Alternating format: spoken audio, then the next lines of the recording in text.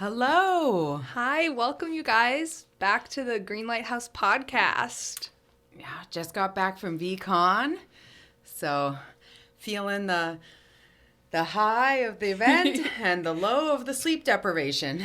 I did not go, but I am here to talk to Janelle today about her experience and some of the things she wanted to share with you guys.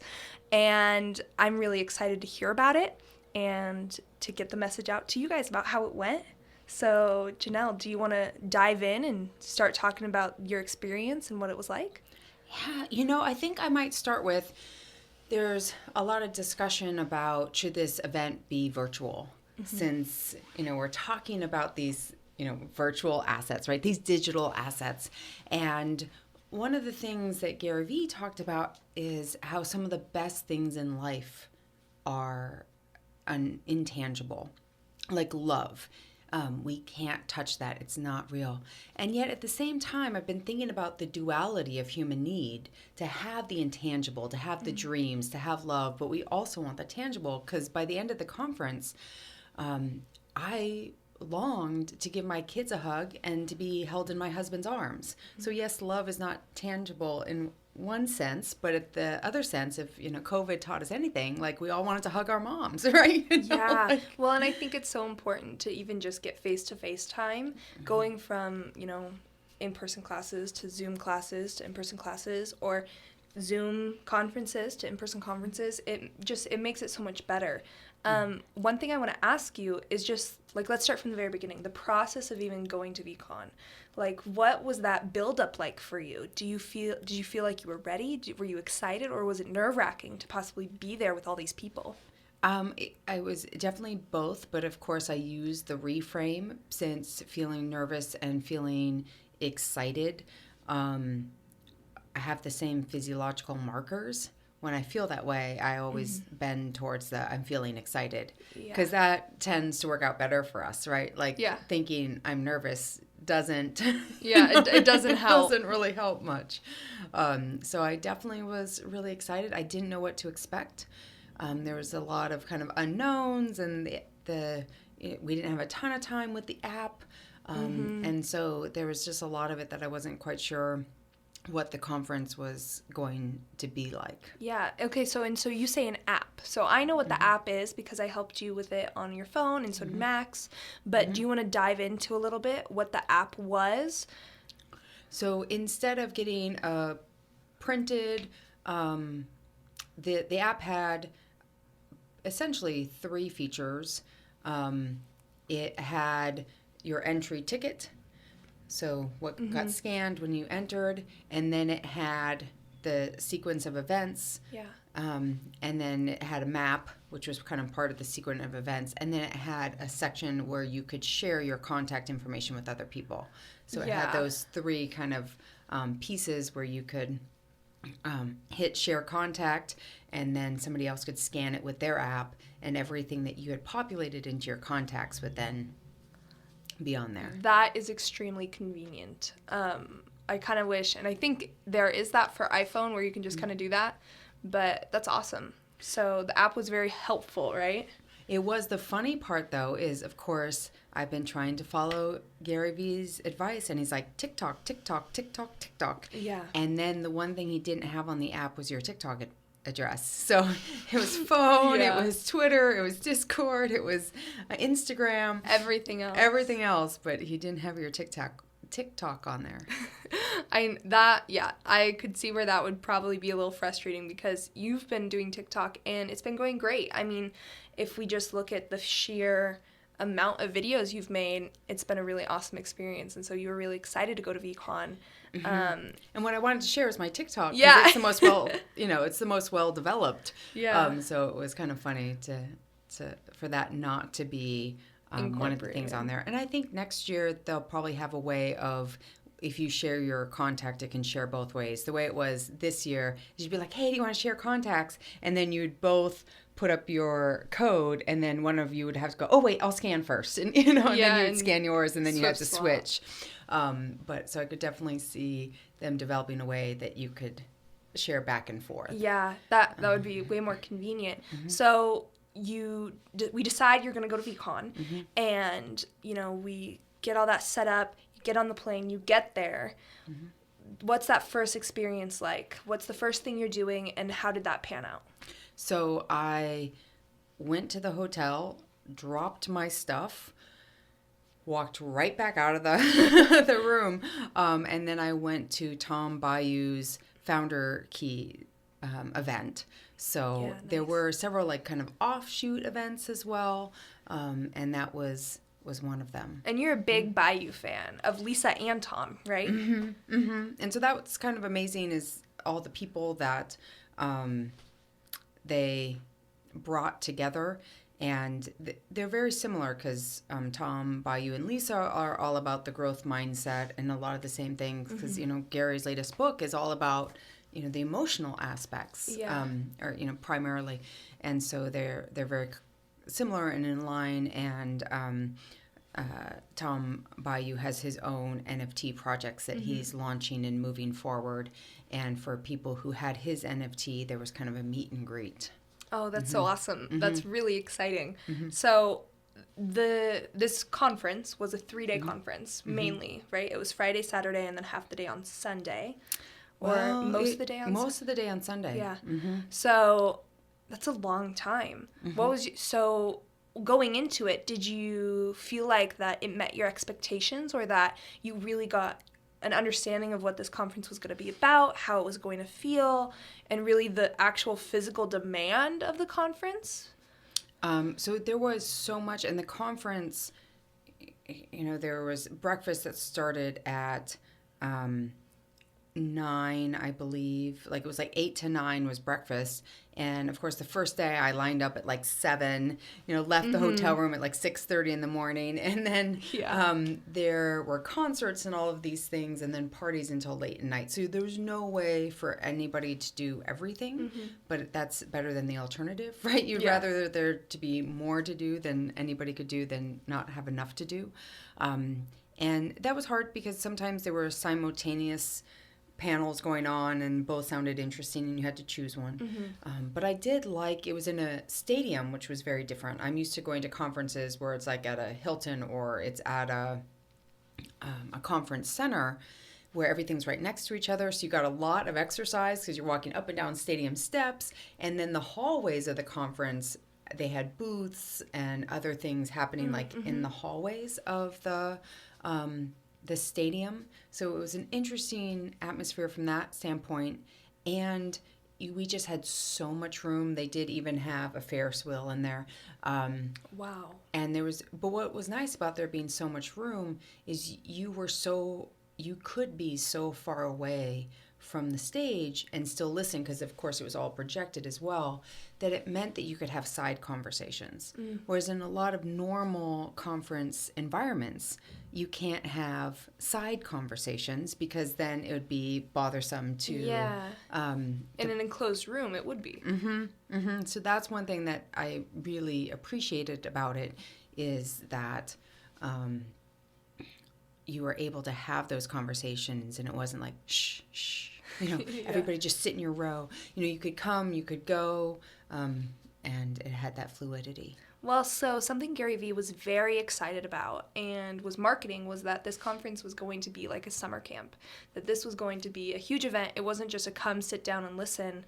And I think you alluded to some of that. You know, there was partying at night, breakfast in the morning, and there was even a Ferris wheel. I mean, it was a very large event. Do you think, what are your feelings on that? I think there was some of that. Some of it I missed. I didn't realize there was a basketball tournament right before I got there.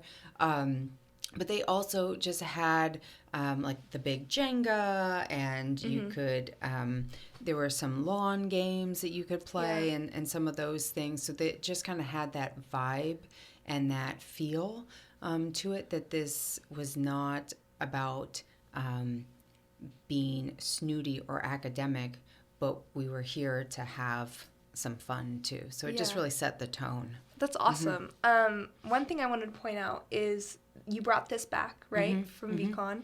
And obviously, we are not just wearing shirts that say nothing. They say VEECON if you're watching. If you're not, I had just pointed to a pretty powerful poster that says "Join the Revolution" from Women's in Weapons, and I wanted to point that out because this was so much more than just all your other conferences with those things in the hallway. And one thing that you were saying was the amount of time, right, that you had spent waiting in line or doing those things. And so what was that like? There was definitely a lot of time spent in line because, of course, to see Gary Vee, you're in line for 5.5 hours, those types of things. Yeah. But then you really get to know the people that you're in line with. So that was also one of those times where, because you're kind of forced to really get to know the people around you. It was a couple hours to get the shirts that we were in line. So, of course, the people that are around you after about an hour and a half, you know quite a bit about them. So there was a lot of line. I think that they could make an app, especially for getting to see Gary Vee, where it's kind of like take a number at a doctor's office where it like beep at you and, Oh my gosh, like kind of like those beepers they have at Olive Garden when they say, okay, here, take this and go. Yeah, and then you could come over and like it would let you know when you had like a half an hour and you could get in line or something like that. That would be pretty amazing. But I kind of want to circle back to it being in person because, yes, the big takeaway about why it was so important to have it in person is the content sparked my imagination. It kind of fueled my creativity. But getting to meet Gary Vee fueled my soul. Wow. That's the difference. And it wasn't just like at the conference, like in the official conference events. There was some of that, but like Jim Quick, I met him in waiting for the elevator and we were just one floor apart. I didn't ask him for an autograph or anything because it was late at night and he was actually going on like first thing the next morning. Wow, yeah. But I just had this like moment of humanity, and then I pretended I was Buddy the Elf and I was going to do all of the all the buttons, and I got a little smile out of Jim Quick, like, hey, he probably like thought I was overacting or who knows what he thought, but it was like this little moment of like shared humanity with somebody who I've seen on all of these podcasts. And at the airport I saw people, they were busy because they realized like, oh, we live near each other. So at the airport, people were doing all their exchanges like on the way home because they're like, oh, you have a VEECON shirt on too. So there was a lot, I think, going on, surrounding it as well. So, 5 years from now, if you quizzed me on the content of what the panels presented, I would fail that quiz. 5 years from now, if you asked me what it was like to meet Gary Vee, I would enthusiastically describe it to you in exquisite detail. Wow. Like, that's how important it was. And I think being in person is so much more valuable. Talking to Gary Vee on a Zoom meeting, which would still be an incredible experience, versus actually talking to him, shaking his hand, is such a life-changing experience, I think, for you. And for anyone, really, it's incredible. But you're also just you got to meet some incredible people, right? Do you want to dive into that? Yeah, I got to. Well, let's get there in just a minute. Like I'll say getting to meet Gary Vee was pretty amazing. So I had started waiting in line at 2:00, and at 5 is when he was going to start signing. Okay. Then it turned out they had moved where the signing was from the day before. Yeah. So then I had to go to another location. And so then I got in line there. I was like, okay, it's still okay, because at this point it's like 3, and it's still 2 hours before he even gets there. I think I'm close enough. I'm going to make it. And then right before I got to the front, they make this announcement that he's no longer going to sign anything. And my big thing was I really wanted to get Gary Vee's signature for Millie. And I was like, and actually, the gentleman, he was really sweet, who had to tell me that. He could just see it in my face that I was like devastated, because I was like, this was my mission, and that's why I got in line starting at 2:00. Right, I was on a mission. And so when I got up there, I said to Gary Vee, if I forgo the selfie, can you sign this? And he said yes. And then he signed it. And then he goes, and let's do the picture anyway. So I got my picture and I got the signature for you. So it was pretty amazing. And then the next morning, I saw him coming back, and the gentleman that was the one in line, who was really sweet to me, and was like, just take a deep breath, it's okay. And then I was like, thank you. And he was like, I just had a nice moment with him as well. And actually the weekend before, I had done Lisa Bayou's event. That was virtual. And she did her heart out. Like, it was a 7-hour virtual event. And she tried to make it interactive, where the first people who answered things in the chat won things. So she really tried hard. But one of the big differences, I think, for those of us that are parents, and I could not immerse myself into Lisa's event because I was still doing that from home. And that weekend, my husband happened to be at a golf tournament too, so that probably didn't help. But then you're and I loved the event, but it also meant there were moments when it's like, Mommy, can you cut up an apple? And then the girls, their cousins were there too, and they drew on each other. And then, so part of the event, I'm listening to the event and I'm getting them in the bath. So I think one of the things that I really appreciated about VEECON is that I could immerse myself into the event. And there were some interesting things said at the panels. And then I could, on my walk back to the hotel, and that night, I could just feel that my thoughts were able to percolate in a way that is not normally true, because then I'd be like, I should throw some laundry in, instead of really getting to let these ideas settle and shift and mull them over in my brain. So there were so many aspects to that, including getting to meet people, and it's kind of too early to tell like how those relationships will pan out, but it was fun to get to hear what other people are doing, and it was fun to get to practice trying to describe what we're doing. And you've got like 30 seconds, right, sometimes, like, to get your message across, and got a lot of positive feedback from people, like, that they were interested in what we're doing. Well, and I think to play off of what you're saying about how this in-person event was just so special, is, maybe you wouldn't have thought of that 5 years ago, but because of COVID, in-person events have become so little. And I think we are deprived of human interaction. And so when we do have those interactions, they feel so much more special.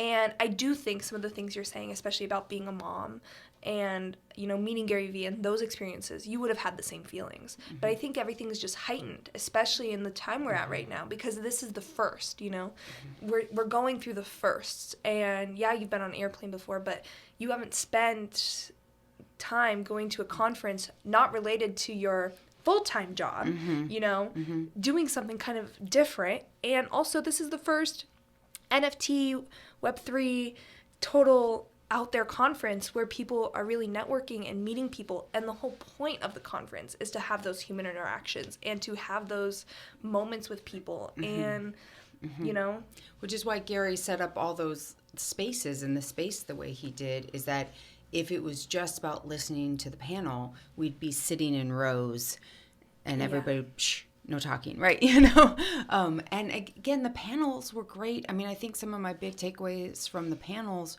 were things of just like how new we are into this. And so that was really refreshing, because they'd be up there and they would say, well, 6 months ago, 8 months ago, last fall. So it made me walk away going like, okay, if we do our if we get on NFTs next year, we could be on the panel, right? That's how new this is, and how much it's growing, and how much people don't know.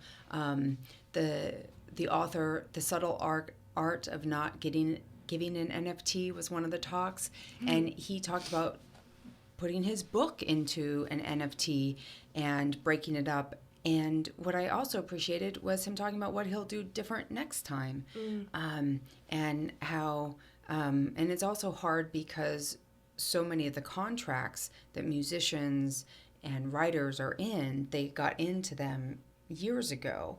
And when NFTs weren't even a part of a contract that you would have even written. Yeah. But it was fun to learn from them and to know that, very few people know what they're doing. And so there's a lot of, growth and room in the space. But there's also some cautionary tales. Seth Green talked about how one of his NFTs, and I believe it's the one he's developing a show around, got stolen out of his wallet. So if somebody, that stature, if it can happen to him, it reminds us to be really kind of careful as well.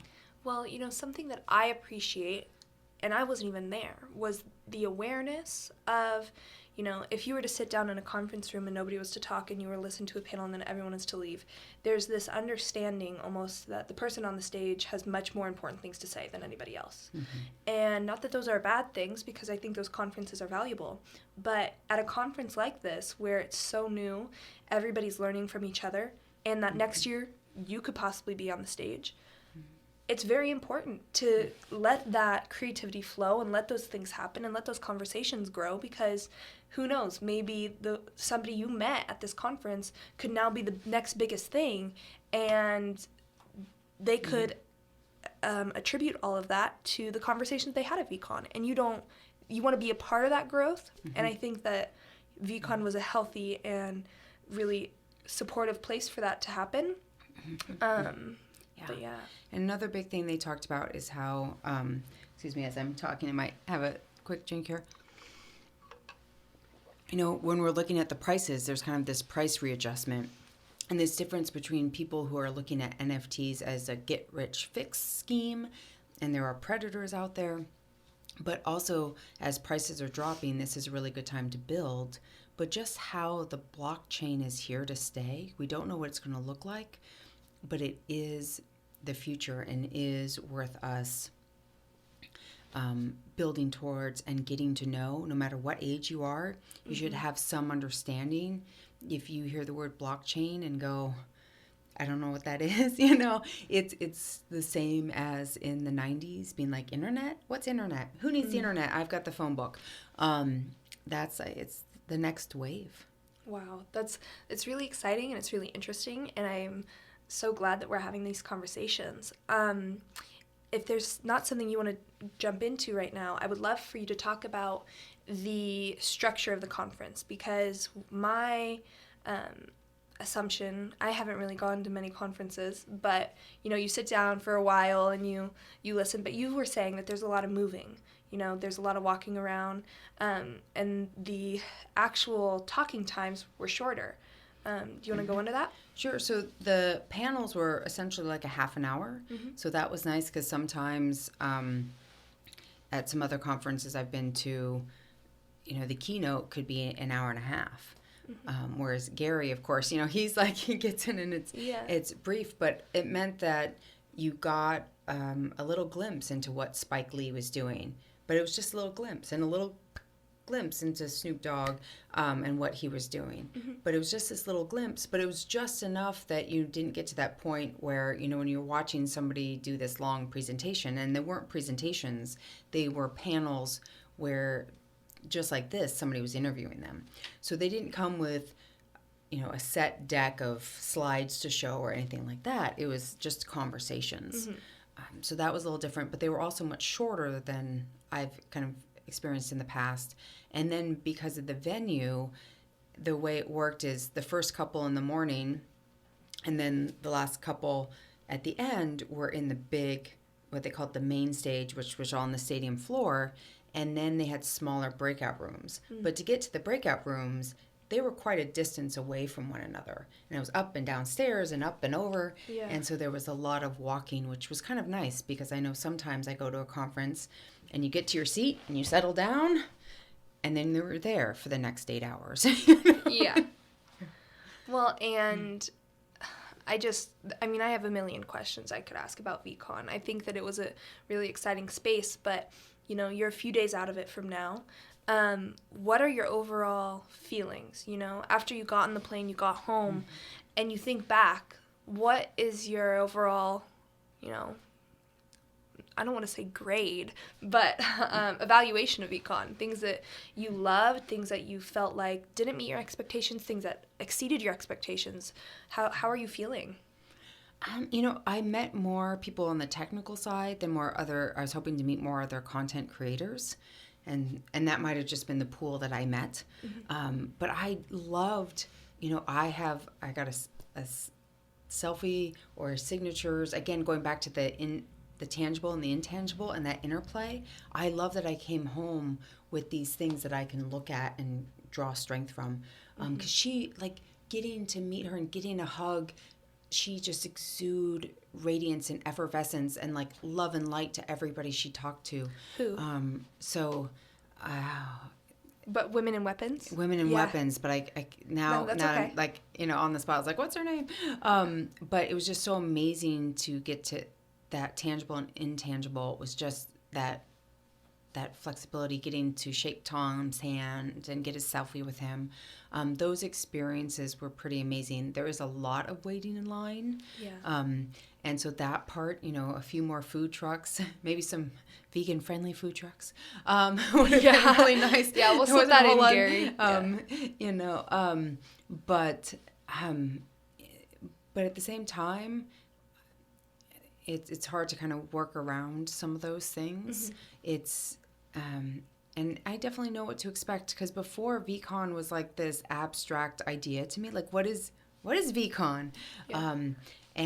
But my biggest takeaway is if they can do it, so can we.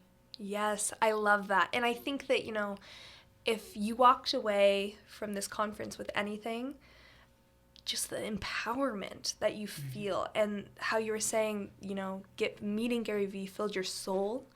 Mm-hmm. I think that if anybody is watching this and they get anything from this, is just the knowing that it's possible, that you can do anything you set your mind to, just like everybody at this conference did. Well, and I think that's the democratization is a big part of Web3, and just the era that we live in. Like, we're working on publishing the journal. So I've written a journal. Yeah. We're working on publishing, but the fact that you can self-publish now, it wasn't that easy not that long ago. And the fact that a small group of people on a limited budget, because of technology, can do amazing things, and there's no reason not to be out there creating. Yeah. Well, and I think it's something we can give, right? Mm-hmm. Gary Vee is such a positive person, and so is everybody that you got to meet this weekend, and so is most people that I have been seeing that's been involved with Web3. And I think just by giving things and being a positive person, you can't do wrong in that. And just giving out light and positivity and hope and encouragement to people, which is what Dr. Janelle does on TikTok and Instagram. I think it's just such a positive and beautiful thing that you really can't go wrong. And so we encourage people to try the same, and I think that's the message, right? One, that's what I really like about Gary Vee is his frame of reference for business, that Gary Vee has shown that you can do good and do well. Yeah. Right? That business can be about abundance. Business can be about kindness. And I love that, because when I think that when I was younger, I shied away from business or being a businesswoman because I didn't want to do a hard pressure sale. Yeah. And now I'm realizing I can be a businesswoman, and I will never pressure anybody into buying something that's not good for them. Yeah. In fact, I'm never going to pressure anybody into buying anything. And that we give. And it's through giving that we, all tide, the tide raises all boats. Just the fact that we can have a business model that's based off of that is what's inspiring me. And seeing that large group of people, because Janelle had sent me some pictures while she was there, and seeing this stadium full of people who not only agree with what Gary Vee is saying, but cares enough to make this humongous decision of spending a lot of money to get there, get a hotel, spend the day, take time off work to do all those things, to then spend that time listening to his words and being around like-minded people is so encouraging, because it sounds like to me the people that you were meeting were very supportive and excited to watch your project. And they were international. I met several people from the UK, Australia, Canada. Wow. So, and of course, all over. More, yeah. And more. And, and one from Germany. So that was amazing too. Just and like you said, it was a sacrifice for people to be there, which showed how much it meant for them. Yeah. Well, I just, we could talk about this forever. Is there anything specific you want to talk about?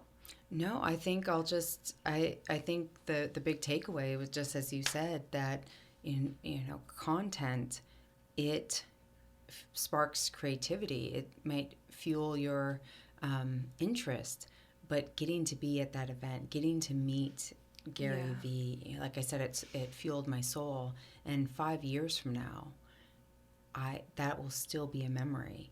And I will tell that story to anybody who will listen. Yeah. I think that's the big takeaway. 5 years from now, 10 years from now. I mean, you're going to be telling this story for a very long time, as you should. This is a very big turning point for us. And hopefully that selfie with Gary Vee will be one of those things that, it's like a badge of honor later. Yeah, you look back on. Yeah, and you're like, look what I have, when he's the owner of the Jets. Yeah, that's so exciting. Well, if you guys have any questions for Dr. Janelle, Dr. J, she's on TikTok, she's on Instagram, soon Twitter. We are the Green Lighthouse, and so we are on all platforms, and we have a website, but you can drop questions below here, or you can send it to us on any one of those platforms, or even email us at thegreenlighthousellc@gmail.com. But yeah, you are just... We're so excited to share these things with you, and especially Janelle with all of her information. So love yourself, love others, love the planet. Bye, guys. Bye.